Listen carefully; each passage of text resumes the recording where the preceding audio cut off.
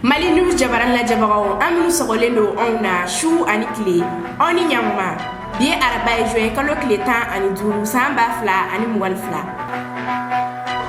kuna foni folo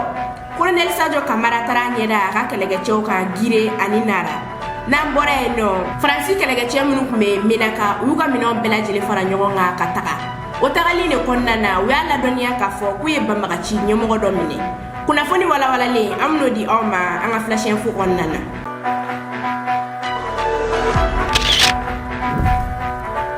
bisimile aka flash info konnana komi tunya fo nyana madame nena denendo juin kalo kletan ani saba Mali ministre de la défense et des anciens combattants Colonel Sadio Camara ale tara nyeda ka kelege kan gire ani nara marala Colonel Sadio Camara ka ni tagamay kunde kata laje ka kelege bi ga balo cogoya mina anu bi ga bara ga cogoya mina yasa ka Mali lakanda komi obela jelema kalama san jiri de be di Mali sorasuma Ninanta nara de yo organisé oro kum konnana Colonel Sadio Camara ale willani Mali armée de l'air mogo ka pankulu doy no pankulu be wele ko MI 171 kata nyeda aka kelege kan gire ani nara Mali ministre de la défense et des anciens combattants aya da aka kelege kulo kan ko Colonel Assimi Goïta bu fo wa bala ku jugoroma dondo u ka bara nununa wa ko malien bela jele wasaleno u ka ni bara nyuma nunu kelila fem koni ye kelege minaw ye Colonel Sadio Camara aya da aka kelege kulo kan ko kelege mina kuraw we sira la kana yasa u bi se ka Mali ani malien la kanda cogoya mina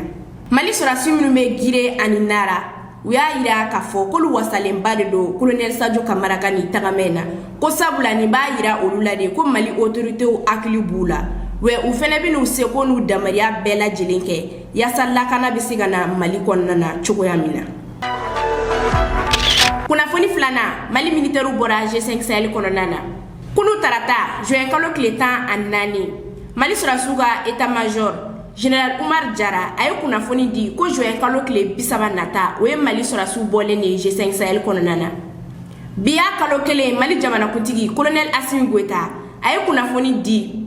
ko Mali bɔra G5 Sahel kɔnɔna na politique sira fɛ militaire sira fɛ ani G5 Sahel tɔn bɛɛ lajɛlen kɔnɔna na ka sababu kɛ ko G5 Sahel jamanakuntigiw u ma G5 Sahel sɛbɛnw bato komi aw bɛɛ lajɛlen b'a kalama G5 Sahel jamanakuntigiya ye tour de wa turu kun sera Mali de ma nga G5 Sahel jamanakuntigiw ma sɔn ka fanga di Colonel Assimi Goïta ma ko sabula a bɛ transition kɔnɔna na Mali jamanakuntigi ni kunnafoni di o wagati y'a sɔrɔ G5 Sahel hukumu kɔnɔna na Mali militaire ani G5 Sahel jamana tɔw militaire u kun faralen do ɲɔgɔn kan ka taga kɛlɛ la jamana dɔw la ni o jamana dɔ ye Mali ye ani Tchad General Oumar Diarra ale ye kunnafoni di kunu ko juin kalo tile 30 nata o ye Mali sorasiw bɔlen de G5 Sahel kɔnɔna na pepepew Mali sorasiw ka état major général ka ni kunnafoni b'a yira k'a fɔ ko G5 Sahel kɛlɛkɛcɛ minnu bɛ Mali la u bɛɛ lajɛlen kan ka taga ka bɔ Mali la ka bɛn ni juin kalo tile 30 nata de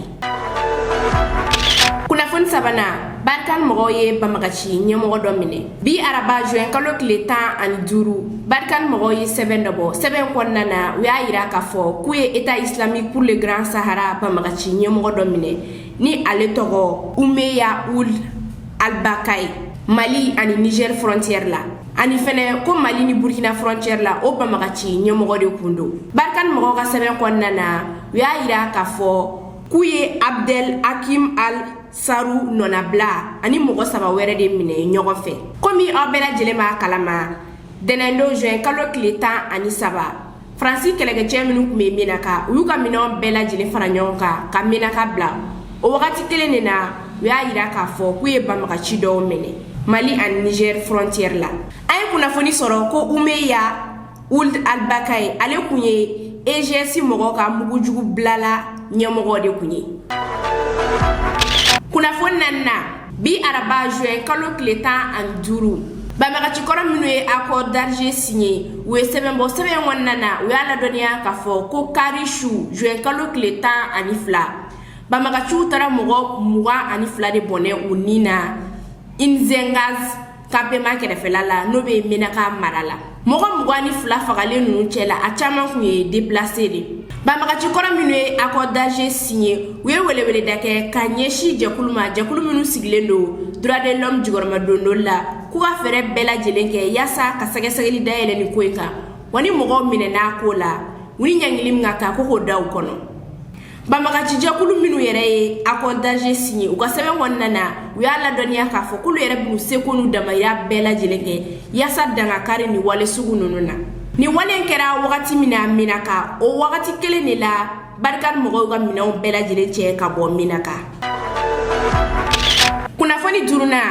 kunu araba juin kalo tile 14 banbagaciw ye tasuma wuli camion citerne 3 de falen na taji la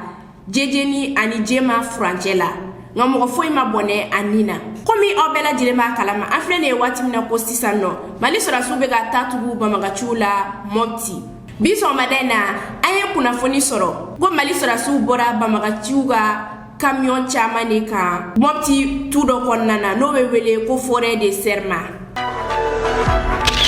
An bɛna an ka bi flash info kuncɛ ni kunnafoni dila soba ka sɛbɛn dɔ de ye. N'o sɛbɛn cira ka ɲɛsin Mali premier ministre ma Choguel Kokala Maïga. Bi araba juin kalo tile 15 Badjugu Dante ni ale maison de la presse ɲɛmɔgɔ ye a ye sɛbɛn dɔ ci Choguel Kokala Maïga ma. Sɛbɛn kɔnɔna na Badjugu Dante y'a ladɔnniya k'a fɔ ko ka Choguel Kokala Maïga to ORTM jabarani sanfɛla la émission Malikura taasira kɔnɔna na